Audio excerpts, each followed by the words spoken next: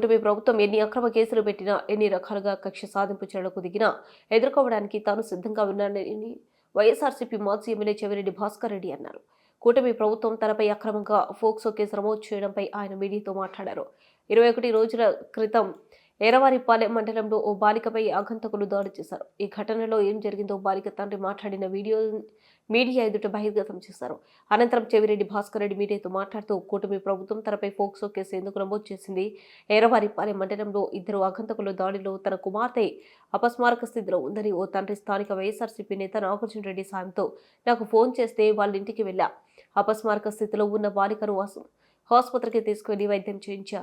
ఆ ఘటన గురించి నేను ఎక్కడ మాట్లాడలేదు, ఎవరికి చెప్పలేదు.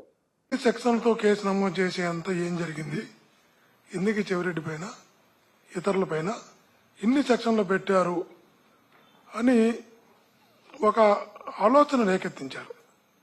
అక్కడి వరకు వాళ్ళు సక్సెస్ అయ్యారు. ఈరోజు ఇంగ్లీష్ పేపర్ చూసినా, హిందీ పేపర్ చూసినా, టైమ్స్ ఆఫ్ ఇండియా చూసినా, ఛానల్లో చూసినా చెవిరెడ్డిపై పోక్సో కేసు, చెవిరెడ్డిపై పోక్సో కేసు. అరే ఏంది ఇది, ఎందుకు పోక్సో కేసు పెట్టారు, ఏం చేశారని ఒక ఆలోచన, ఒక బురద జల్లి కడుక్కోమని చెప్పేటటువంటి ప్రయత్నంలో వాళ్ళు నిజంగా కూడా ఈ కార్యక్రమం చేపట్టారని తెలియజేస్తున్నా. కానీ వాస్తవాన్ని అయితే ప్రజలకు చెప్పాల్సిన బాధ్యత నా పైన కూడా ఉంది. ఆ రోజు జరిగినటువంటి సంఘటన మీకు ఒక్కటే మీ ద్వారా తెలియజేస్తా ప్రజలకు కూడా. ఆ రోజు సాయంత్రం 6:30 కాడ అనుకుంటా, 7 గంటల కాడ, ఐ థింక్ 7 o'clock కాడ, 6:30-7 మధ్యలో వాళ్ళ ఫాదర్ ఫోన్ చేశారు. ఇట్లా నా బిడ్డకి ఇలా జరిగింది, నా బిడ్డ ఇలా ఎల్లమంది ఆసుపత్రిలో ఉంది అని తను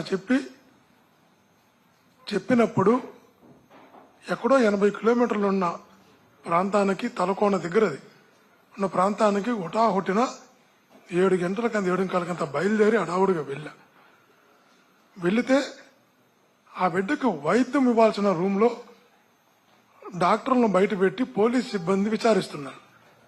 నేను ఆ రోజు అడిగా, డాక్టర్లు నర్సులు ఉండాల్సిన దగ్గర మీరెందుకున్నారు, ఆ బిడ్డకు అందించాల్సిన వైద్యం కదా, ఏం చేస్తున్నారు మీరని గట్టిగా మాట్లాడడం జరిగింది. ఆ తర్వాత వాళ్ళ నర్సులు కూడా రావడం జరిగింది. అందరం కూడా బయటకు వచ్చేయడం జరిగింది.